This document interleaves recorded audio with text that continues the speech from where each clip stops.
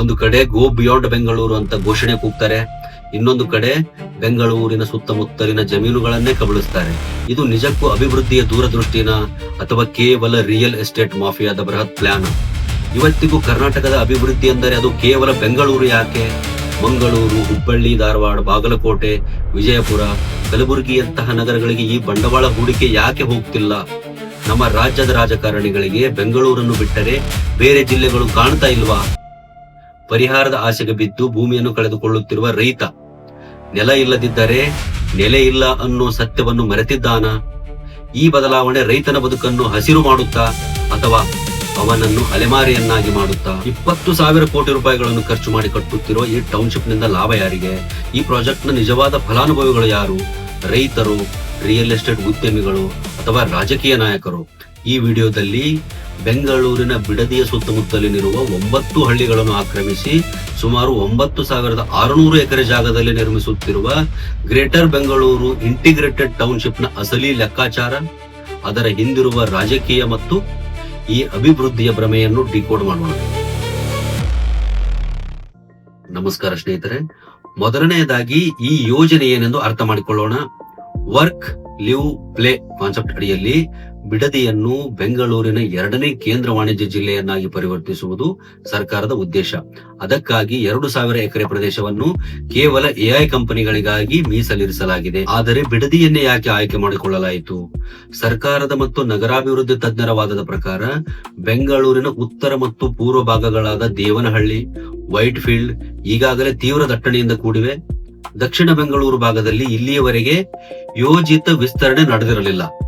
ಬಿಡದಿಯು Mysuru Bengaluru expressway, nice road ಮತ್ತು suburban rail ಜಾಲಕ್ಕೆ ಅತ್ಯಂತ ಹತ್ತಿರದಲ್ಲಿದೆ. ಇದಲ್ಲದೆ ಉದ್ದೇಶಿತ ಸ್ಯಾಟಲೈಟ್ ಟೌನ್ ರಿಂಗ್ ರೋಡ್ ಕೂಡ ಇಲ್ಲಿ ಹಾದು ಹೋಗಲಿದ್ದು, ಭಾರೀ ಕೈಗಾರಿಕಾ ವಾಹನಗಳು ಬೆಂಗಳೂರು ನಗರದ ಒಳಗೆ ಬರದೆ ನೇರವಾಗಿ ಹೊರಹೋಗಲು ಈ ಜಾಗ ಸೂಕ್ತವಾಗಿದೆ ಎನ್ನುವುದು ಸರ್ಕಾರದ ಲೆಕ್ಕಾಚಾರ. ಆದರೆ ಇದರ ಹಿಂದಿನ ಅಸಲಿ ಕಥೆ ಏನು ಗೊತ್ತಾ? ಸರ್ಕಾರ ಇದು ಬೆಂಗಳೂರಿನ ಟ್ರಾಫಿಕ್ ಸಮಸ್ಯೆಗೆ ಮುಕ್ತಿ ನೀಡುತ್ತದೆ ಎನ್ನುತ್ತಿದೆ. ಆದರೆ ಮತ್ತೊಂದೆಡೆ ಸುಮಾರು 470ಕ್ಕೂ ಹೆಚ್ಚು ದಿನಗಳಿಂದ ಬಿಡದಿಯ ರೈತರು ಬೀದಿಗಿಳಿದು ಹೋರಾಡುತ್ತಿದ್ದಾರೆ. ಈ ಯೋಜನೆಗಾಗಿ ಸರ್ಕಾರ ಹುಡುಕೋದಿಂದ ಸುಮಾರು 20,000 ಕೋಟಿಗೂ ಹೆಚ್ಚು ಸಾಲ ಪಡೆದು ಇದನ್ನು ನಿರ್ಮಿಸುತ್ತಿದೆ. ಮೇಲ್ನೋಟಕ್ಕೆ ಇದು ಅತ್ಯುತ್ತಮವಾದ ನಗರಾಭಿವೃದ್ಧಿ ಯೋಜನೆಯಂತೆ ಕಾಣುತ್ತದೆ. ಆದರೆ ಈ ನಾಣ್ಯದ ಇನ್ನೊಂದು ಮುಖ ಅತ್ಯಂತ ಭೀಕರವಾಗಿದೆ. ಸ್ನೇಹಿತರೆ, ಕರ್ನಾಟಕ ಸರ್ಕಾರವು ಪದೇ ಪದೇ ಗೋ ಬಿಯಾಂಡ್ ಬೆಂಗಳೂರು ಎಂಬ ಘೋಷಣೆ ಕೂಗುತ್ತದೆ. ಆದರೆ ವಾಸ್ತವದಲ್ಲಿ 20,000 ಕೋಟಿ ರೂಪಾಯಿಗಳ ಬೃಹತ್ ಹೂಡಿಕೆಯನ್ನು ಮತ್ತೆ ಅದೇ ಬೆಂಗಳೂರಿನ ಹೊರವಲಯಕ್ಕೆ ಸುರಿಯಲಾಗುತ್ತದೆ. ಉತ್ತರ ಕರ್ನಾಟಕದಲ್ಲಿ ಈ ಯೋಜನೆ ಯಾಕೆ ಬರಬಾರದು? ಇತಿಹಾಸವನ್ನು ನೋಡಿದರೆ ಬ್ರಿಟಿಷರ ಕಾಲದಿಂದಲೂ ಮತ್ತು ಸ್ವತಂತ್ರದ ನಂತರವೂ ಮೈಸೂರು ಭಾಗದಲ್ಲಿ ನೀರಾವರಿ, ಶಿಕ್ಷಣ, ಮೂಲಸೌಕರ್ಯಗಳಿಗಾಗಿ ಭಾರಿ ಬಂಡವಾಳ ಹೂಡಲಾಗಿದೆ. ಇದು ದಕ್ಷಿಣ ಮತ್ತು ಉತ್ತರ ಕರ್ನಾಟಕದ ನಡುವಿನ ಆರ್ಥಿಕ ಅಸಮತೋಲನಕ್ಕೆ ಕಾರಣವಾಗಿದೆ. ಬಿಡದಿಯ ಸುತ್ತಮುತ್ತಲಿನ ಭೂಮಿ ವರ್ಷಕ್ಕೆ 3 ಬೆಳೆ ತೆಗೆಯುವ ಫಲವತ್ತಾದ ಕೃಷಿ ಭೂಮಿಯಾಗಿದೆ. ಉತ್ತರ ಕರ್ನಾಟಕದ ಅನೇಕ ಜಿಲ್ಲೆಗಳು ಮೂಲಸೌಕರ್ಯ ಮತ್ತು ಕೈಗಾರಿಕೆಗಳಿಲ್ಲದೆ ಪರದಾಡುತ್ತಿರುವಾಗ ಕೃಷಿ ಸಮೃದ್ಧವಾಗಿರುವ ಬಿಡದಿಯ ಭೂಮಿಯನ್ನು ನಾಶ ಮಾಡಿ ಟೌನ್ಶಿಪ್ ಕಟ್ಟುವ ಅಗತ್ಯವೇನಿದೆ? ಇತ್ತೀಚೆಗೆ ಹೈಕೋರ್ಟ್ ನಲ್ಲಿ ದಾಖಲಾಗಿರುವ ಸಾರ್ವಜನಿಕ ಹಿತಾಸಕ್ತಿ ಅರ್ಜಿಯ ಪ್ರಕಾರ ಈ ಮೆಗಾ ಟೌನ್ಶಿಪ್ ಯೋಜನೆಯು ಪ್ರೊಫೆಸರ್ ಎಂ ಗೋವಿಂದರಾವ್ ಸಮಿತಿಯ ಶಿಫಾರಸುಗಳಿಗೆ ಸಂಪೂರ್ಣ ವಿರುದ್ಧವಾಗಿದೆ. ಭವಿಷ್ಯದ ಬೃಹತ್ ಸಾರ್ವಜನಿಕ ಹೂಡಿಕೆಗಳನ್ನು ರಾಜ್ಯದ ಹಿಂದುಳಿದ ಜಿಲ್ಲೆಗಳಲ್ಲಿ ನಿರ್ದೇಶಿಸಬೇಕು ಎಂದು ಈ ಸಮಿತಿ ಸ್ಪಷ್ಟವಾಗಿ ಹೇಳಿತ್ತು. ಮಾಧ್ಯಮಗಳ ಮತ್ತು ತಜ್ಞರ ವಿಶ್ಲೇಷಣೆ ಏನಿದೆ ಗೊತ್ತಾ? ಮೆಟ್ರೋಪಾಲಿಟನ್ ನಗರಗಳ ಅತಿಯಾದ ವಿಸ್ತರಣೆಯು ಕೃಷಿಯಿಂದ ರೈತರನ್ನು ಬಲವಂತವಾಗಿ ಹೊರದಬ್ಬುತ್ತದೆ. ಕೃಷಿಯಿಂದ ಹೊರಬೀಳುವ ಈ ರೈತರಿಗೆ, ಅದರಲ್ಲಿ ವಿಶೇಷವಾಗಿ ಮಹಿಳೆಯರಿಗೆ, ಐಟಿ ಮತ್ತು ಎಐ ಕಂಪನಿಗಳಲ್ಲಿ ಕೆಲಸ ಸಿಗುವುದಿಲ್ಲ. ಅದರ ಪರಿಣಾಮವಾಗಿ ಅವರು ಅನಿವಾರ್ಯವಾಗಿ ಅಸುರಕ್ಷಿತ ಕಾರ್ಮಿಕರಾಗುತ್ತಾರೆ. ಈ ಯೋಜನೆಯನ್ನು ಉತ್ತರ ಕರ್ನಾಟಕದ ಟೈರ್ 2 ನಗರಗಳಿಗೆ ಸ್ಥಳಾಂತರಿಸಿದರೆ ಇಲ್ಲಿನ ಯುವಕರಿಗೆ ಉದ್ಯೋಗವೂ ಸಿಗುತ್ತದೆ ಮತ್ತು ಬೆಂಗಳೂರಿನ ಸುತ್ತಮುತ್ತಲಿನ ಕೃಷಿ ಆರ್ಥಿಕತೆಯೂ ಉಳಿಯುತ್ತದೆ. ಸ್ವತಃ ಕಾಂಗ್ರೆಸ್ ನಾಯಕ ಹಾಗೂ ಗೃಹ ಸಚಿವ ಪ್ರಿಯಾಂಕ್ ಖರ್ಗೆ ಅವರು ಇತ್ತೀಚೆಗೆ ಮಾತನಾಡಿ, ರೈತರು ವಿರೋಧಿಸಿದರೆ ಈ ಟೌನ್ಶಿಪ್ ಯೋಜನೆಯನ್ನು ರಾಜ್ಯದ ಬೇರೆ ಕಡೆಗೆ ಸ್ಥಳಾಂತರಿಸಬಹುದು ಎಂಬ ಸುಳಿವು ನೀಡಿದ್ದಾರೆ. ಬಿಡದಿಯಲ್ಲಿ ಕೃಷಿಯೇ ನಡೆಯುತ್ತಿಲ್ಲ, ಅದು ಬಂಜರು ಭೂಮಿ ಎಂದು ಸರ್ಕಾರ ಹೇಳುತ್ತದೆ.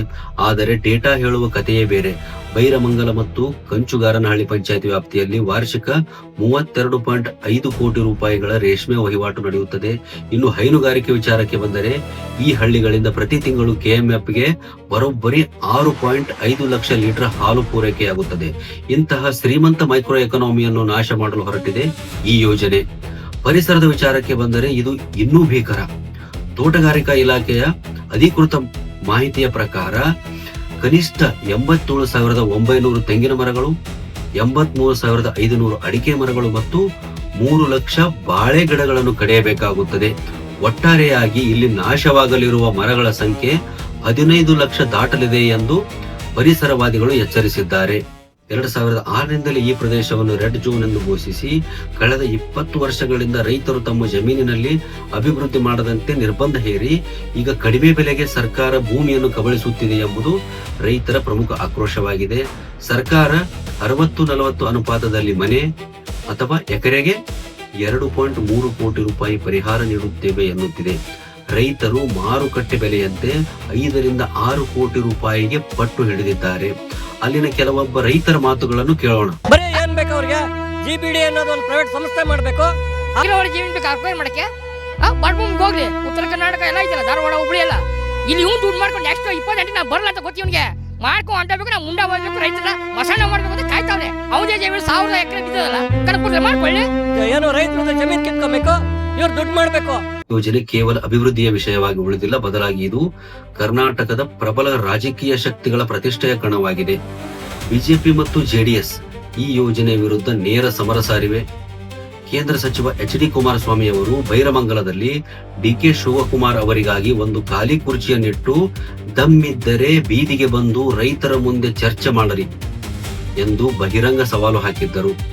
ವಿರೋಧ ಪಕ್ಷದ ನಾಯಕ ಆರ್ ಅಶೋಕ್ ಅವರು ಇದು ರೈತ ವಿರೋಧಿ ಯೋಜನೆ, ರೈತರ ಹಿತಾಸಕ್ತಿಯನ್ನು ಕಡೆಗಣಿಸಿ ಕೇವಲ ರಿಯಲ್ ಎಸ್ಟೇಟ್ ಮಾಫಿಯಾವನ್ನು ಪೋಷಿಸಲು ಸರ್ಕಾರ ಹೊರಟಿದೆ ಎಂದು ತೀವ್ರ ವಾಗ್ದಾಳಿ ಮಾಡಿದ್ದಾರೆ.